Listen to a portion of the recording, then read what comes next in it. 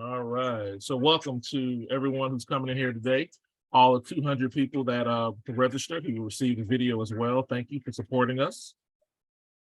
I'll give us a few minutes for everyone to settle down.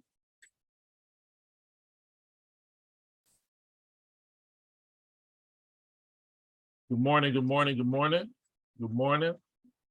Good morning, Ms. Fields. How are you doing today? I'm glad to see you. We can't hear you on mute. I'm glad to be here, continuing to learn, and hopefully I have something to contribute. All right now. All right now. Hey, while we're waiting on people to load on, please introduce yourselves. Where are you from? Teacher, professor, grad student, just a Black history lover. We welcome everybody. Hey, Maddie, how are you doing? Thanks for supporting us today. I'm doing good. How are you? I'm doing well. I guess I can introduce myself then. I'm Maddie. I'm a grad student. I'm aiming to be a teacher for adolescent social studies with the 5 to 6 extension that's offered at UB. And I wanted to come because I'm interested in learning more about Black history. So thank you, Maddie. You know what? I am very elated for some UB students who were at the teach-in yesterday and decided to wake up early and learn some more stuff here. Thank you for coming. Hey, Nate, how are you doing, man? Thank you for your support. Lorene, how are you doing? Hopefully I don't owe you anything. Good morning, good morning, good morning. All right. All right, well, welcome everybody. My name is LeGarrette King, founding director for the Center for K-12 Black History and Racial Literacy Education. Thank you for joining us this morning. For those who are new, we're just a bunch of nerds that wake up on Saturday mornings to learn Black history. We appreciate you all for being here for our first session of the school 2023-2024 school year, our Black History Nerds. So we're going to try to have a Black History Nerds every second Saturday of the month. I know this is not the second Saturday, but we had to push back this presentation a little bit, but second Saturdays of the month, we're going to try to have Black History Nerds. In February, we'll have one each Saturday in February for Black History Month, and then we'll go back to once a month. So thank you for coming to Lessons from Life Row with Dr. Rachel McMillian. So I definitely want to, for those who are new, and then of course, each year we're going to try to get better and more vibrant as a center. Me and Brittany, we just saw our new plans for our new office suite that will be in the South Campus.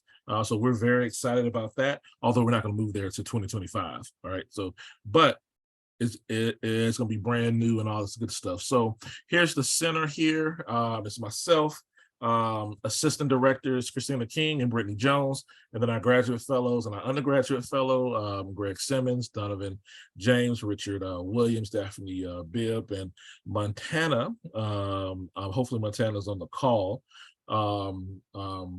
today. So these are the lovely faces that you're going to see throughout the semester. So if there's any questions, concerns, or comments, and if you can't reach me, definitely contact these wonderful people who make the center go round and round, okay?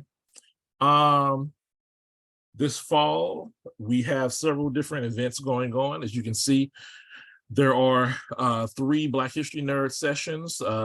Next month, we'll have Dr. Castro and Dr. Cortez, and November, we'll have Donovan, who is going to be celebrating her new book that's going to come out on October 31st. So she's going to talk a little bit about that. In December, we have Akil Parker. And then, of course, we have 2 book clubs for the fall semester. We have one with Donovan and one with Richard. So we will let Donovan talk a little bit about her book club, which the second session happens right after this session. And then Richard, who starts in October. So Donovan. Hey y'all. So my book club is reading The Door of No Return by Kwame Alexander. I know it's kind of blurry. And we're having a good time just talking about not only what we can learn from books centering Black history, but how we can use these books in the classroom. So please come join us. Even if you register and you can't make it on Saturdays, we'll have recordings available for you too. So come join us and talk and build community with us. Great. Richard? Good morning. So my book club will be doing The Fugitive Pedagogy, Carter G. Woodson, and the Art of Black Teaching. So we'll be exploring each chapter each week, and then also bringing in interdisciplinary materials from the classroom and actually practice and kind of think through what it would be like to embody and work with fugitive pedagogy in the classroom. All right, thank you, Richard. We appreciate that. So definitely all our sign-ups. Excuse me, is his information in the chat so you can sign up for his book club? We definitely can put it in the chat. Can someone put our website in the chat so they can sign up, or the book club website for me, please? Yes, it should be in the chat momentarily, Ms. Fields. All right. And of course, everyone knows about our signature event. I will be announcing the spring Black History Nerds and other programming we will have very soon, but that was just the fall schedule. But of course, our signature program is our Teaching Black History Conference, which this year we will have July 26th to the 28th, and our theme this year is Black to the Future, Afrofuturism as Black History, and we are coming up with the submission date. The call for proposals should be finished by the end of October, and we are currently planning a session to be here at Buffalo on South Campus.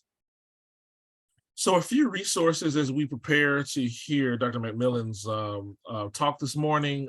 Here is her most recent publication with Dr. Nate Bryan, who's also on the call here, Living Within and All Black Critical Theory in Prison, Black Radical Tradition, and the Art of Black Crit Portraiture, to center voices from sites of incarceration. We'll have a link in the chat very quickly with that. Living Within All Black Critical Theory is her new publication. We also have a few children's books that focus on imprisonment and more particularly parents, right? And children's connections to parents who are in prison, right? And we'll have a few links to those particular books that you all can kind of check out as well. Just giving Daphne and Greg a little time just to look at the titles there.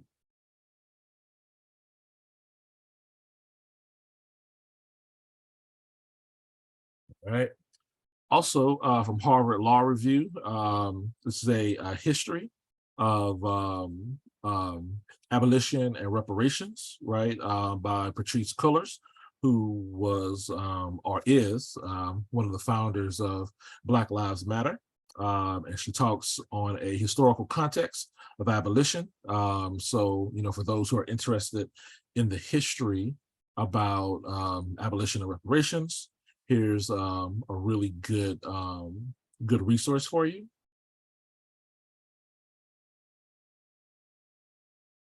All right.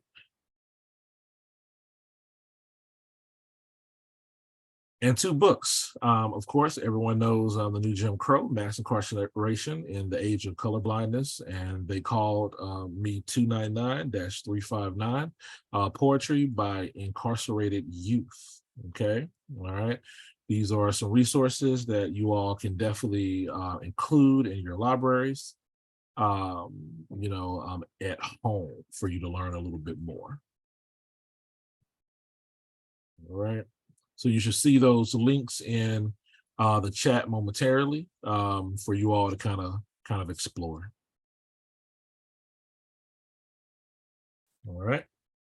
All right. Y'all didn't come here to hear me talk, right? I talk a lot, but here we're going to introduce Dr. Rachel McMillian.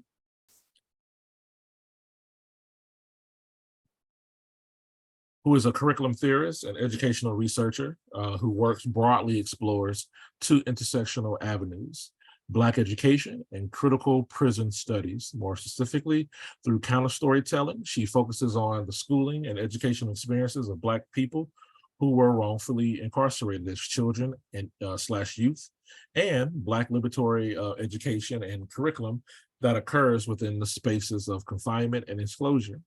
McMillian's interdisciplinary scholarship and service are inspired by her years of experience as a social studies teacher in Cincinnati public schools. Her relationship and work with both formerly and currently incarcerated people, and her lived experiences as someone directly impacted by mass incarceration. Here are two of her most recent publications here. You all saw Living Within It All, and then of course she has one as well, Prison Abolition Literacies as Pro-Black Pedagogy in Early Childhood Education. Without further delay, I want to introduce Dr. Rachel McMillian. Thank you, Dr. King. Wonderful introduction, and I'm so excited to be here with everyone today. I am a bit of a talker. I'm a daughter of a preacher. So I'm going to try to keep it a little bit short today. If I go over my time, LaGarrett, please just, pull up my coattail. I will share my screen. And then I want to acknowledge some very, very important people to me in the room. First, Dr. Nathaniel Bryan. I don't know where I would be without you. So thank you for joining us today. I have a good friend also in the audience, Ronaldo Hudson, and we've quickly become good friends. Ronaldo spent 37 years, and you can correct me if I'm wrong, Ronaldo, but 37 years inside, and I believe 13 of those years he spent on death row. And the last person I would acknowledge, I saw Dr. Ray Terrell in the audience, and this is like the biggest surprise to me ever. I don't even think he knows the kind of impact that he has had on my life, especially early on in this work. He was one of my first supporters in trying to bring, incarcerated people's stories into the classroom. And I am forever indebted to him. Thank you for coming to be with me today. All right, so I titled this work Lessons from Life Row. Just a little bit of background about that particular word usage. I titled it that because I am currently working with a group of men who are incarcerated for natural life. And so they were all incarcerated at young ages, 16, 17, 19, up until, 25. And they are currently facing, death by incarceration. And so we call that life row. They have life without the possibility of parole. And there doesn't seem to be any way out at the moment, but we are working together currently to tell their stories within, K-12 classrooms. And if while I'm talking, if I seem like a little vague or like if I'm brushing or glossing over things, that's because the work that I do is really, really important. And it's also like life and death work. And I am working in places where there is a lot of trauma inflicted upon, people inside. And so I'm always very cautious about what I say because I never know who is listening. And I have to continue the work because there are people that I care about inside. So it's not like I'm, intentionally, not telling you things, but it's a very I guess it is intentional, like a mindful practice about what I say. And this particular picture on the right, I wanted to start with this picture because it's a student that I had probably close to a decade ago now. And the picture that he is looking at, the painting that he is looking at, was created by one of my closest friends, my mentor, Dean Gillespie. And Dean is the one who got me into all of this mess. And I blame him all the time. You know, I would not be working in prisons really if it was not for Dean. Dean spent 20 years wrongfully incarcerated. He was wrongfully convicted of rape and sentenced to 56 years in prison. And so this painting that he produced in this picture, on the left side is when he first entered prison. That's his mugshot, and you see something over his mouth. And that's, you know, things that are silencing him. He's not able to tell his story. Nobody's listening to him while he's incarcerated. And the picture on the lower right, that is him. Rachel, should we be seeing something different? We still see your title page. Wait a minute. Yeah, you see this picture on the title page? Yeah. Okay, great. Okay. Yeah. Yeah. Yeah. And so the picture of him on the bottom right is him 20 years after, you know, he had been incarcerated. And within the toilet, within this prison toilet, you see like a lot of grime, but he wrote everything that he missed during his 20 years of incarceration. So you have names of family members that he lost, weddings that he couldn't attend to, births that he never was able to experience, friends that he lost throughout the years. And so I chose this picture just as, you know, something emblematic of the work that I do, the importance of the work that I do, and the importance of students experiencing, you know, those stories of people who are incarcerated. So I'd like to start with this question. This is a question that has been driving me really for the last decade plus. It's something that I just can't really get away from. I constantly return to this question, even as I'm doing like other research, other projects. I am constantly thinking about this question. What can students and teachers learn from the stories of those who've experienced incarceration? And so I arrived to this work as someone, as LaGarrett mentioned earlier, as someone who is directly impacted by incarceration, but who never fully realized the impacts that incarceration had on me and my family until I started teaching and I started seeing, you know, those same impacts on my young students.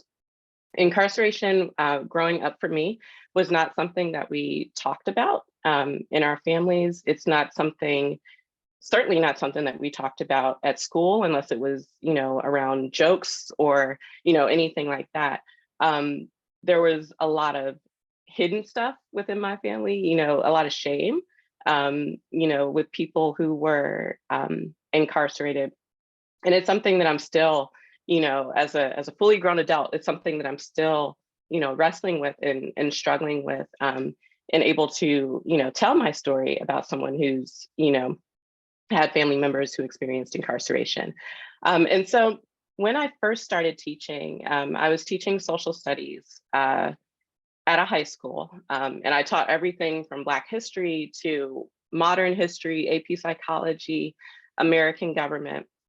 And it was actually in an American government class where I really fully started, you know, diving into this question and bringing in, you know, people who had experienced incarceration. I was working with people who had been, you know, on death row for 20 plus years, who had been exonerated from death row, and they were coming into my classroom and working with my students. The person that I talked about earlier, Dean, was constantly in my classroom, and not just as like as a guest speaker, but as someone, you know, working side by side with my students, you know, creating art, you know, having discussions. And one time my students, you know, organized a basketball tournament just to raise money for people who had, you know, experienced wrongful incarceration. And Dean was, you know, front row at that event. And so I started bringing these people in. And once I started working with, you know, people who had experienced incarceration in my classroom, I felt like I hit a wall. Like I couldn't do much more for my students, and I really couldn't do much more for myself in dealing with, you know, the incarceration within my family. And so that's when I started the PhD program at Miami University at the urging of Dr. Ray Terrell. He was the one who kind of pushed me to go for the PhD. And I started the program, and I continued this work, like really, really looking at the stories of people who were incarcerated as kids, Black people in particular, in the state of Ohio. And I worked with 3 individuals, you know, in my dissertation work, and I learned from them, you know, what were the books that they read while they were incarcerated. What were the things that they taught themselves while they were incarcerated? In Ohio, there are very few options for education, for college access within prison. And so a lot of what they talked about is, you know, things that they taught themselves. It's not that they went to classes or anything like that. It was this self-teaching, this learning in a cell by themselves. And so in my work, I actually collected, you know, everything that they talked about, the artwork, the books that they read, the letters that they wrote to family members. Within my office right now, I have piles and piles and piles of letters that have gone out from prison or gone into prison. And these are all stories that I aim to tell within classrooms. And why this work is important to me, I know, you know, as someone who was once a child who was directly impacted by incarceration, I know that millions of other children are directly impacted by police, by incarceration, yet we don't talk about it in social studies. You know, just like we didn't really talk about it in my family, we don't talk about it in social studies curriculum. We will talk about enslavement, you know, for sure, but we don't necessarily delve, you know, deeply into the effects of mass incarceration on kids, on families, on community members. Many social studies educators don't recognize the experiences that students have with incarceration in their classrooms, whether that's, you know, watching a family member be arrested, or, you know, writing to a family member who is currently incarcerated, or whether it's, you know, just handcuffs on a child's wrist, you know, as young as 5, you know, being arrested. We just don't deal with that in social studies classrooms. And, you know, I make a general statement, but I have done my research. I have looked high and low, and this is not something that we talk about in the classroom. And then lastly, children's and young adult literature is a powerful tool in social studies, but there are very few resources which discuss mass incarceration. Once again, we don't deal with it. And I know why. I know why we don't deal with it. I know that the attacks, you know, the current attacks on social studies curriculum. But I'm using this particular talk to urge educators to talk about these things in classrooms, and not talk about it as if it is something, you know, far off, that it is something that, you know, we won't ever experience, but talking about it in ways in which students feel the realness of it, in which students can interact with people who have been incarcerated, whether they're currently incarcerated or formerly incarcerated, and talk about it in ways that are healing and joyful. It is more than just pain that, you know, people experience while they are incarcerated. There are peaks, there are valleys, there are beautiful, ugly experiences. There are joys that people experience. And so highlighting those aspects, not just the pain of incarceration and the loss and the separation, but also highlighting the joys, the Black life that occurs in sites of incarceration. And so I want to just share a little story with you, and I will show 2 videos, relatively short. One is about 2 minutes, the other video is about 10 minutes, but I kind of want to invite you into my classroom and show you some of the things that I have been doing, you know, over the past decade. And then I'll share, you know, some recommendations, some suggestions towards the end, and we can kind of open the floor because I do want to engage in dialogue with people. I don't just want to be, talking this entire time. I want to, learn from you just as much as you, came to learn from me. So this next section, curriculum building across walls. That's my friend Dean in the top left, in his Hawaiian shirt. He always wears Hawaiian shirts. That is Ray Taller. To the right of Dean in the center, Ray Taller spent 29 years incarcerated, wrongfully incarcerated. And then also my good friend, Robert spent 18 years incarcerated. And these are pictures from an art gallery that my students created with people who had been formerly incarcerated. That's one of my students on the bottom left, Angel, with Ray Taller. And they created art together. They took photographs together. They explored aspects of incarceration through photo voice.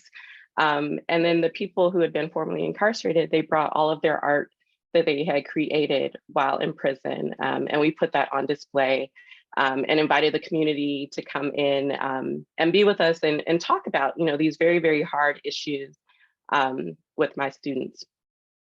Another thing that I would like to highlight is actually a book club that I started in January of 2021.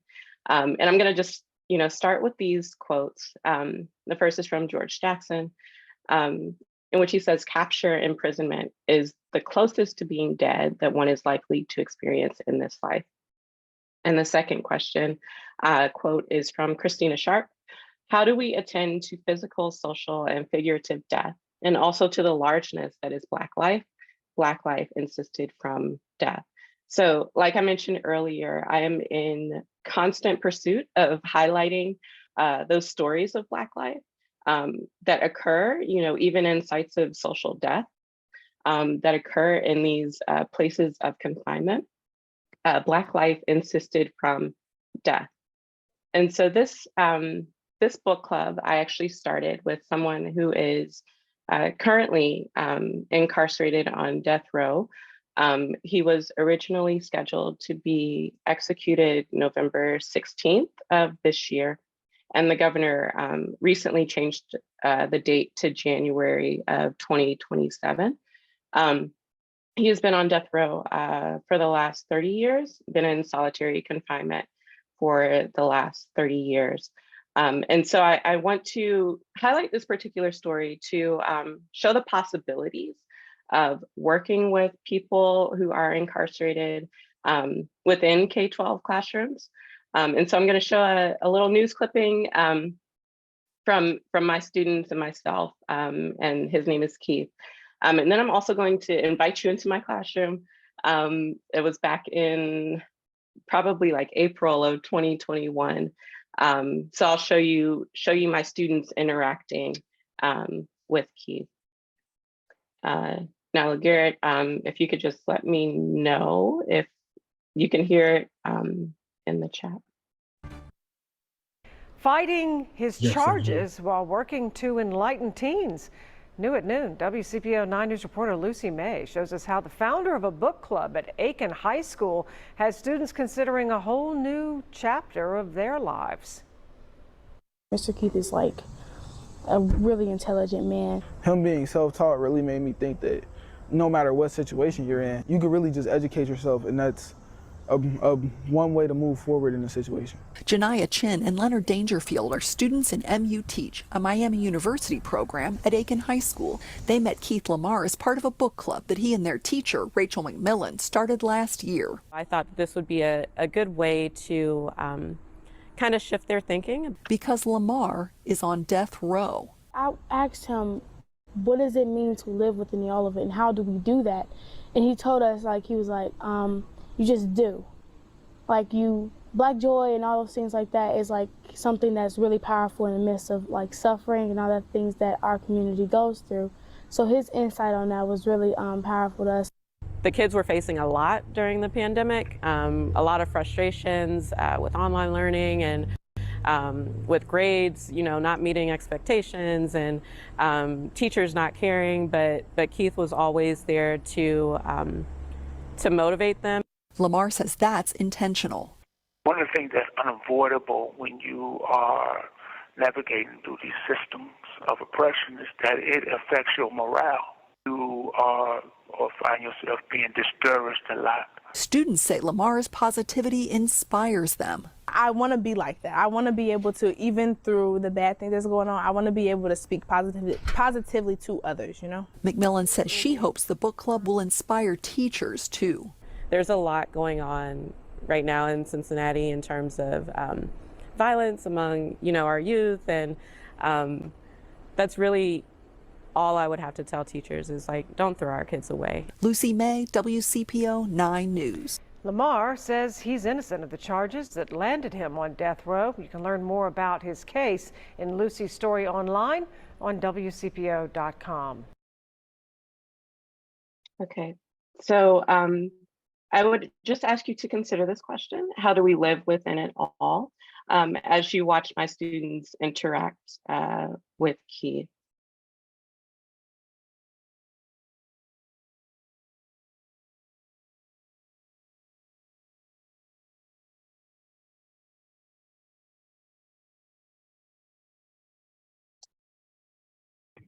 So y'all ready to get going? How you wanted to do it, Rachel? You here now? I assume you here? Yeah, I'm here.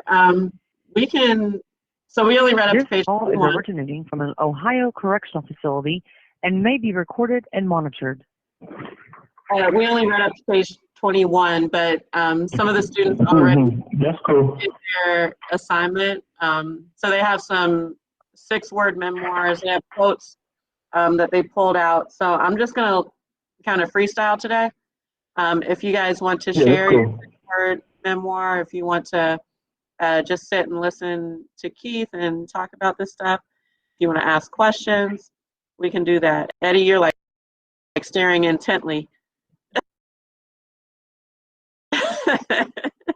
Who would like to go first?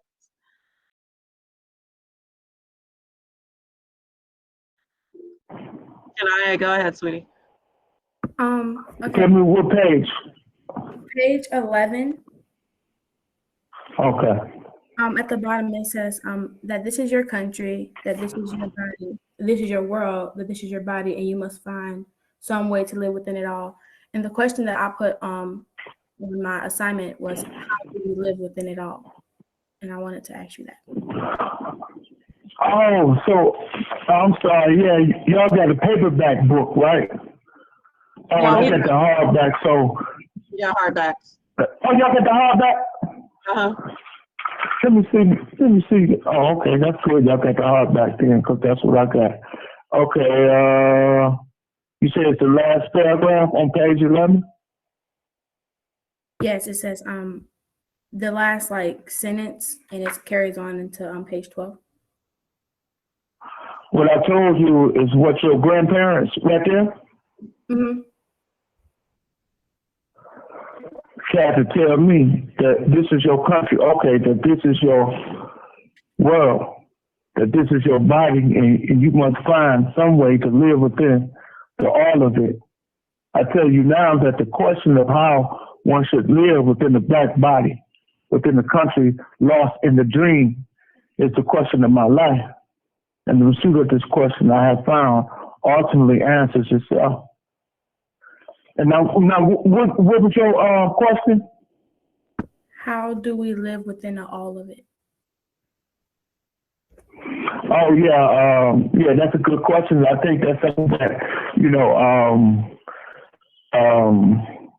the author, the guy who wrote this book, said that he's still grappling with. And I think what he mean by he found that ultimately the question answers itself. Is that you live in the all of it by living in the all of it. You have 1 minute remaining. I mean, one of the things that I had to really come to terms with, because everything about this system, certainly everything about being in prison tells you that you are somehow, that your whole life is the crime. Not so much what you did to become the president, but you, because you are Black, because, you know, you come from this certain segment of society. You are the problem. And I just have to really just find my way out of that, you know. And now how I think about it is that I have a right to be here. Otherwise, I wouldn't be here. You know, and it's not for these people to dictate how and what I feel. You know, I have my own feelings, my own brain. And that's the thing I think, you know. Thank you for using GTL. Miss Rachel, Yes. how you say that M word? Huh? What word? The 6-word thing. Memoir? Memoir. Memoir? Yes. Okay. Yeah. So once Keith joins us again and he finishes his thought, who would like to go next? Do you know what a memoir is? Who knows what Yes. a memoir is? Okay, good. Yeah, it's, I told him it's telling your own story. Nice. I want to say mine. Do I Okay. want to say a quote, my quote too? Yeah, you can do that, Akia. So Akia, what did you say, sweetie? I can go after a Q. Okay. Sounds good.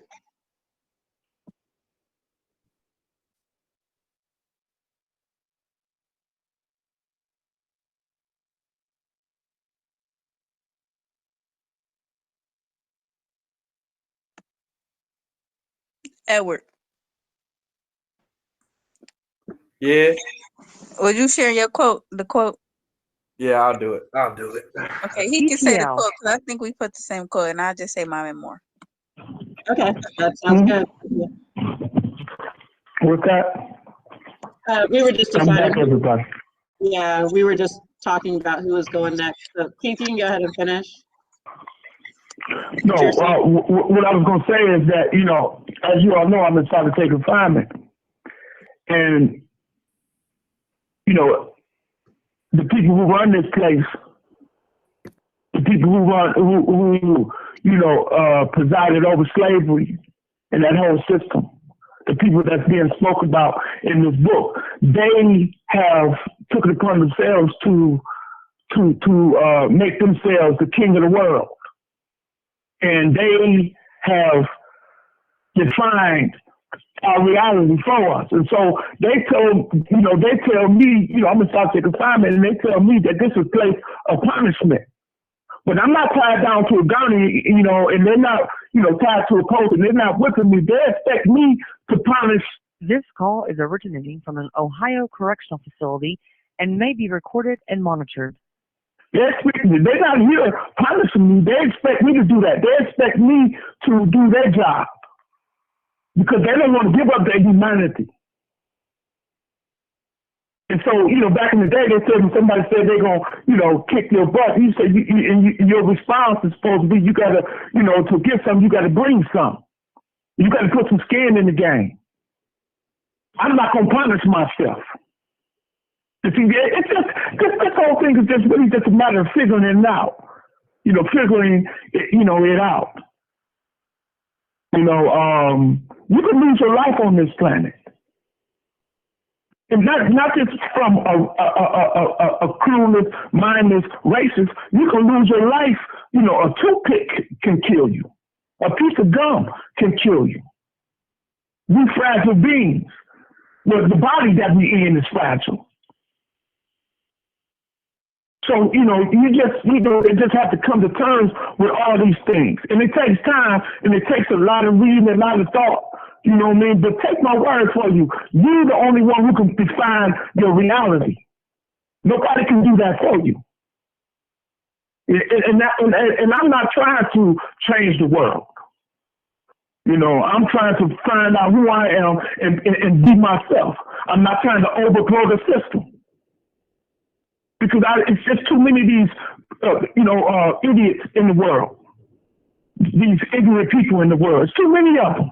And it's too much incentive for them to be ignorant. For you to really think that you're going to be able to change it. So I'm not trying to overthrow the system. I'm trying to keep the system from overthrowing me. from keeping me from living my life. And it's unfortunate that I woke up to all this stuff inside a prison cell, but the fact of the matter is that I woke up, and that's important. You know, so that's why I'm suggesting these books that we read, because the ultimate conclusion is that at the end of the day, you have the final say on what becomes of your life. You're the one who decides to go to the library or go stand on the corner somewhere. And if you get killed on the way or in any of those places, the part that you're going to only have control over is where you going and what you doing. These people got me in the cell, and, you know, based on their definition, I'm not supposed to do or say anything. Just sit here and suffer. You know, F that. You know, I'm going to do something righteous with my life, with the room that they have allowed me, with the room they have given me. Okay, you put me in an 8 by 10 cell. Okay, I'm going to fill it up with books then. That's what I'm going to do. And that's what I'm saying about, what we have to do. We just have to really take control of the process. And that's how you live in the all of it. You be all you can be. You reach for it. You know, and not let fear stop you from doing that. You want to realize your full potential. And the only way you can do that, you have to be brave, and you have to go for it. Yeah, that's why I feel. And I think that's what he's saying in this book. And you'll see that, as we get deeper off into it. Okay. All right. So I've learned over the years, when I talk about these things, when I show videos like that of my kids interacting, with somebody on death row, or with my kids interacting with somebody who is, experienced incarceration, that I need to pause sometimes, and I don't need to, keep rushing forward. And I want to, give space, for people who have questions or thoughts or considerations. Like I mentioned earlier, I do have some suggested resources and some recommendations for instructors. But I think at this point, I kind of want to open the floor, if that's okay with you, LaGarrett, to maybe talk about what people felt, questions that they might have for me, so on and so forth.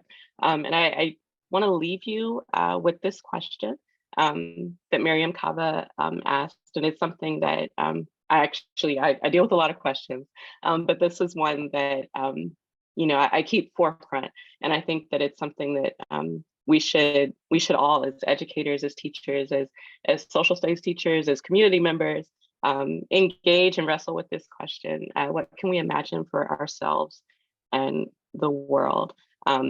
Based on everything that I have told you, the stories that I've shared, I would like to now just open up the floor for comments or questions or thoughts for me.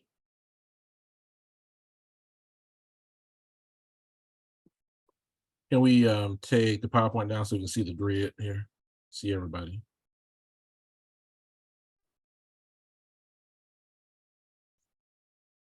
I saw Ronaldo's hand go first. Yes, thank you. First of all, I love the fact that you all use the language of Black nerds. That it just really, really excites me. And I hope you all will invite me to be a part of that community of Black nerds, because I think we forget how smart we are because we watch other people's narratives about us. So really thank you for that. And that's really a good thing. As someone who actually experienced incarceration for 37 years, I am not a person that was, formerly incarcerated person. I am a person who experienced 37 years of incarceration, who went to prison not able to read or write. And I realized I'm here because not that I was exonerated, but that I was liberated from a system that never gave me a fair chance, not a second chance. That being said, when I couldn't read, and I addressed that to the director of corrections in Pontiac, Illinois, the director looked at me with this kind of sinister kind of look and pulled back and said, Ronaldo, why would we educate you? We're going to execute you. It doesn't make sense. And it made me think about the history of our people in this country. And people think it's an excuse, but I say to them, please look at the theme and the philosophy that keeps us incarcerated. Incarceration is not just a place where they throw people into cells. They do that to our communities. So it makes it an easy transitioning from the community to a cell. And so I have the mandate today not to be boastful, but to say to people, I am not one of the innocent that was exonerated. I was one of the guilty that was liberated from a monstrous system. And because of my horrible decision 37 years ago, they wanted me to forsake my right to humanity. And I'm saying, while I'm responsible for the act of taking a man's life, I'm not the act. And I think that gets lost when we talk about innocence and guilt versus justice. And so anyway, I just wanted to add that to the conversation, because we can't talk about true liberation and abolition if we're not talking about the guilty. And so I wear the banner of the shame of that my humanity was so mudded over that I couldn't see the humanity of the person whose stuff I wanted to take. And so I don't want to minimize that person and the loss of his life, and I do not, right? But I do want people to understand the greatest weapon that they used against us during slavery was to keep us away from knowledge. And so this is something that we see every day. And they say they keep going back to prison. Well, I'm smart enough to do this basic math. They have this thing called, and I'm gonna shut up because I'm taking up too much space, but I just want to make this point that they do training horses, trail horses. Anyone who ever went on a trail horse, you can get on the horse, yeah, get up. And you think you're having a whole lot of fun until all of a sudden that horse stopped. And you say, why is this horse won't move? And then he turned around or she turned around and walked back to the barn because it was trained to do that. That's what correction does. It trains you to go back to its trainer. Here is your place of comfort. And we have to get in that uncomfortable place of saying, I'll be doggone, I'm not going to curse because I know it's a lot of ministers in the room, or people of really, beautiful minds that you don't want to define, or condemn, whatever the word might do to it. But to make a long story short, family, I'm humbled to be here with you all, but I do want to leave you with this thought. We only surrender our minds to them. They can't take it. And I love the fact that when the brother said, hey, listen, we're going to have hard stuff. But I refuse to surrender to that because I stand on a long line of our ancestors that put up with some of the most horrific, horrible conditions that you can ever imagine. And historical trauma is a real thing, and it reflects itself in our actions today. So we can't just blame the young kid on the corner for acting out. We have to act up, right? We have to begin to say, excuse me, I'm more than my worst decision, not mistake, and give me a chance to be better. So I just want to just add that to the conversation. Thank you for allowing me to run my mouth. And I'm really humbled by the brilliance of this space. And Rachel, you are a brilliant brain and we need you and we trust you with our story. So thank you. Thank you, Ronaldo. I love you. I just want to say that I really appreciate that. Thank you.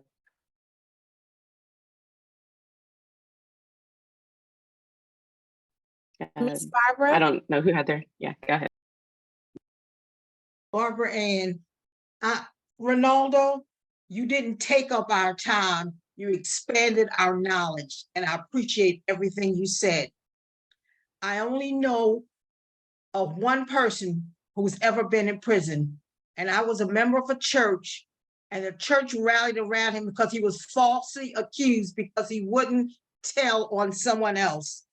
But I'm only going to mention these quotes that I got from the lecture, and then I'm going to be quiet.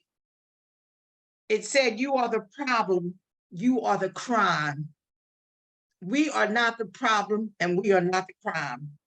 Others define your humanity while you were in prison. Our Creator defined our humanity.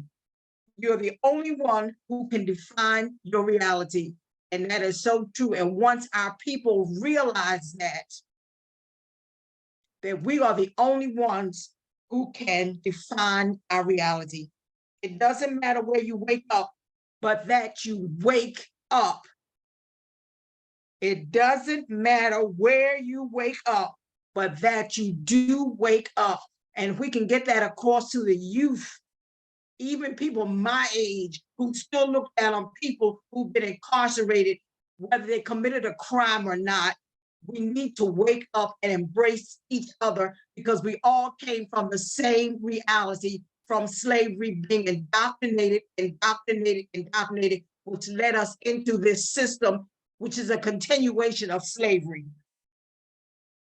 And I'm going to be quiet because I keep thinking about Freddie, who went to prison, who had committed no crime, but because he refused to tell a lie on somebody else to be convicted of a crime, spent years in prison. And I'm going to mute myself. Thank you so much for sharing. May I speak up? I'm Georgia, not an educator. I'm educated, but not a teacher. And I'm a president of the NAACP. And we encounter a lot of people who have been incarcerated. And so it's not just in the classroom, it's in the world. And all of us need to be educated in terms of how to effectively work with people who have been incarcerated. And I've been educated this morning, hearing one man say, you don't work, you are not in there to try to overthrow the system. You're in there to make sure that the system won't overthrow you. And somebody else said that you, well, I want to say, they talked about you own the reality of your situation, and you learn how to grow in that difficult field or swim in shark infested waters.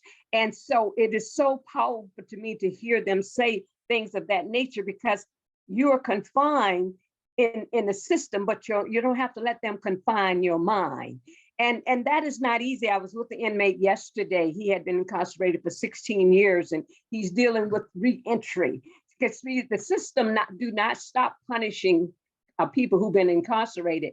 They do their time, and then when they come out into society, and society continues to punish them in many, many ways.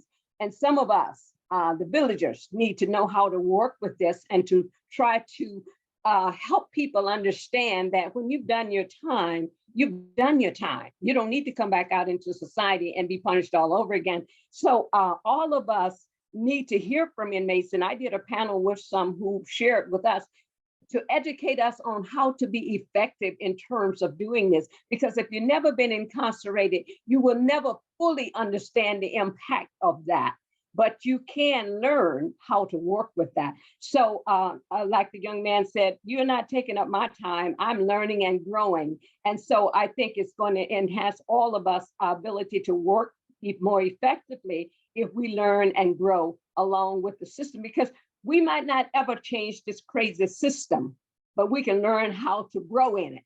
And I'm hearing and the young man say that, because many inmates have said to me, I said to one who was so intelligent and so lovable, I said, what were you doing in prison? He said, save my life. He said, if I hadn't gone in there, I would be dead because I was on the wrong track, but I learned how to change my way of thinking and my way of living within the system. So I'm better equipped to deal now that I have had that time in-house. So I'm just happy that this is being done this morning, and I hope to do another forum with some of you somewhere sometime, because we need more of this. So thank you so much, and may God bless all of you.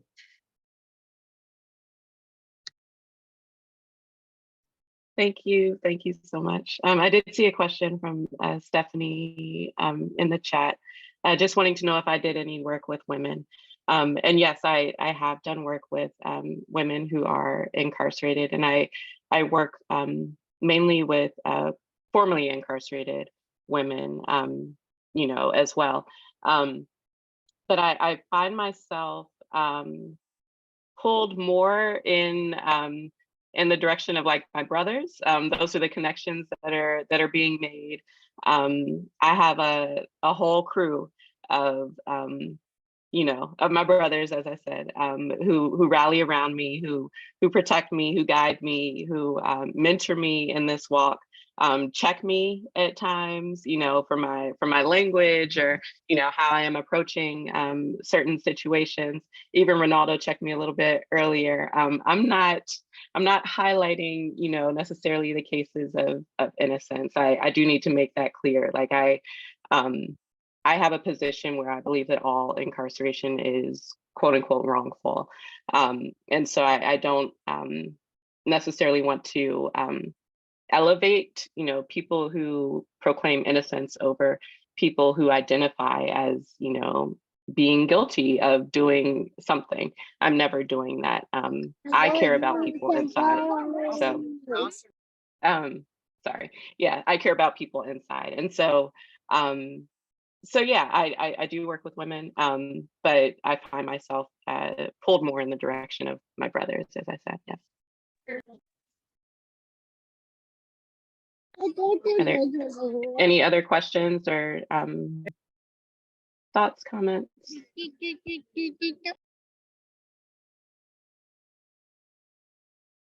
Hi, I hope this question isn't too far out of the subject of this talk, but I'm coming from a counseling psychology background. And I know that you said that you had experience working with, AP psychology and all that. So I was just wondering what would be something important for me to know when working with kids who with incarcerated parents, people who had been incarcerated in a psychological context.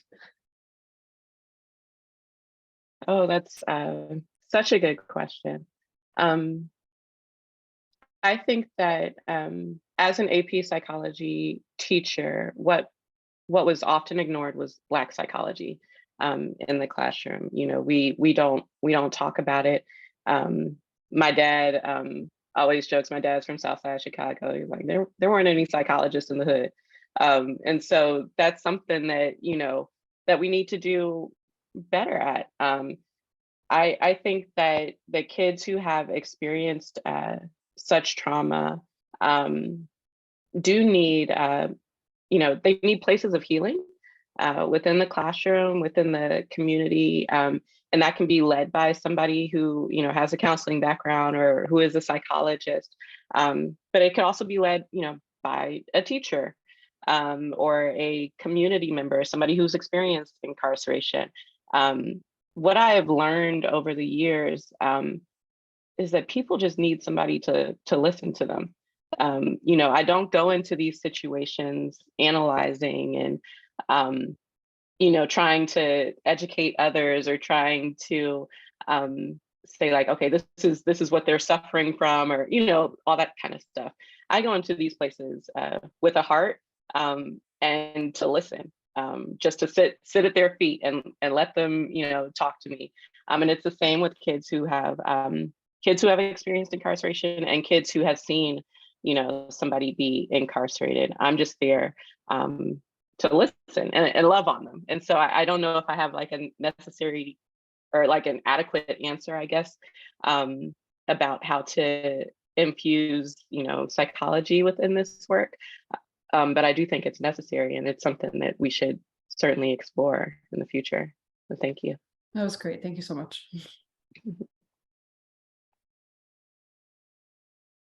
Reynaldo, did you have another question or comment? Yeah, I'm sorry. Yeah, I do. I want to comment to her question about psychology and the importance of, like, really quickly, one of the things that I learned during my incarceration was that they have an academy for staff where they train them with a book. Like they have specific instructions how they train them and process them through the cycle of recruitment, from recruitment to when they give them their badge, right? And when they get assigned to a prison, the first thing they're told by the shift commander is throw that book away. Throw that book away. And I would say to people who are approaching the area of psychology with respect to Black children is throw that book away and listen to the person in front of you, not the child. Because that's a mind in front of you. And that mind is developed by good information. Scripture teaches us, be not conformed to the world, but be transformed by the renewing of your mind, that you might prove what is the good and acceptable will of God. Even children understand that when they're given the opportunity and exposed to that. So I would encourage you, while using the tools of your training, I would never say don't use a tool, because I know how to use a hammer. I just don't want to do construction work, right? But so I understand psychology. I understand from the Johnson theory. I can go through it because many of us in prison don't do nothing but sit and read. And I can tell you, I am a reader. If you're a leader and you're not a reader, you're playing with yourself. That's my humble opinion. So anyway, I just want to add that, look at that person, right? And don't go with a preconceived notion of one, that you're going to save them, because you don't have the ability to save anyone. And really dig into historical trauma. Like, we don't do enough talking about historical trauma. The greatest pools of research about historical trauma is not with Black folks. Do y'all know what the biggest pool of research, that the pool they pull from, is the children and the grandchildren of Jewish Holocaust victims. And while that narrative is important, our story is equally important, if not more important. So anyway, I just want to name that. And so thank you for that question, because it's not off point. When I walked out of prison, they gave me a parole officer to patrol my trauma rather than giving me a therapist to help me unpack it. Now, Dr. Rachel, I love it because you help us to unpack this stuff so that we can start recognizing, oh, that's some stinky stuff and it needs to be thrown in the wash machine. And that's some stuff that just need to be flushed down the toilet. So do flushing and washing. And if you approach with that philosophy, you'll be a winner. And I promise I will shut up now. Thank you. I see one last question. Just wondering some of the best ways as educators, researchers, and psychologists, but also as family and community members, to support incarcerated individuals in this work. I did not come to this work overnight. I did not build these relationships overnight. This is years, in the making. And I think that everybody needs to, kind of realize that. And relationship building is probably the most important aspect of this work. When I first started this work, I went to organizations, abolitionist organizations or nonprofits or community organizations that were dealing with mass incarceration. And I just asked, okay, point me in the right direction. Who do I need to talk to? And that's something, I did as a young teacher, interested in this work. I just asked, these organizations to point me in the direction. And from the organizations is when I started building these connections with individuals. And it really is like word of mouth. Ronaldo said earlier that they trust me. It's because somebody else told them, okay, you can trust Rachel. And so that's how this work, continues and it builds. People need to know that you are trustworthy. They need to be able to trust you with their stories, with their pain, with their joy, with, everything. They have to be able to trust you. And so it takes work. It's not overnight, but abolition is the long game. And so, just start, by reaching out to community organizations and then, go from there. That would be my best answer. I think that's our time, right, LeGarrette? Yeah, but do you have any resources for the group? I know you said yes. I do have resources. Let me go ahead and share my screen again.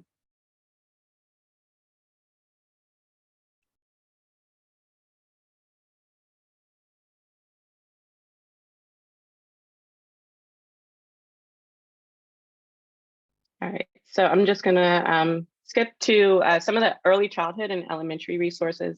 And I actually have created an educational guide. If that's something that people are interested in, like the language that we should be using when we talk about incarceration in classrooms, I'm willing to share that with LeGarrette, and LeGarrette can send that off. These are a few books that I would like to highlight. Two by Miriam Kaba, Missing Daddy. And then the other one is See You Soon. So Missing Daddy is about a young Black girl whose father is away in prison, and See You Soon is about a girl whose mom experiences incarceration in a immigrant detention facility. And then there's Letters to a Prisoner about a young child writing to a family member who's incarcerated.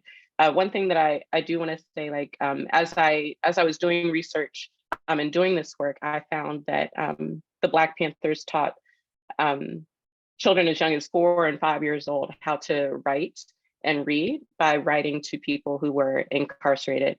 And so that is something that I advocate for, you know, in the early childhood and elementary classrooms. We're also visiting day about a young girl visiting her dad. Dimitri makes a memory quilt. This is about a young boy who takes up quilting with his grandma to make a quilt for his mom who is incarcerated. And then Hazelnut Days is about a young boy who is having trouble with his father who is incarcerated and learning how to love his father, even though he's not quote unquote lovable all the time. And then some middle high school resources from the desk of Zoe Washington. This is about a young teenage girl whose father has been away for many years, and she thinks that he committed the crime, and then evidence comes out that you know, he didn't. And so it's about this young girl advocating for her father's release based on claims of innocence. And then the last 3 books, When You Hear Me, You Hear Us, They Called Me 299-359, and The Untold Story of the Real Me. So these are 3 books produced by young people who are currently incarcerated in adult prisons. And so my favorite is They Called Me 299-359 because it's poetry. It's something that you can read with high school students in the classroom to explore broader issues.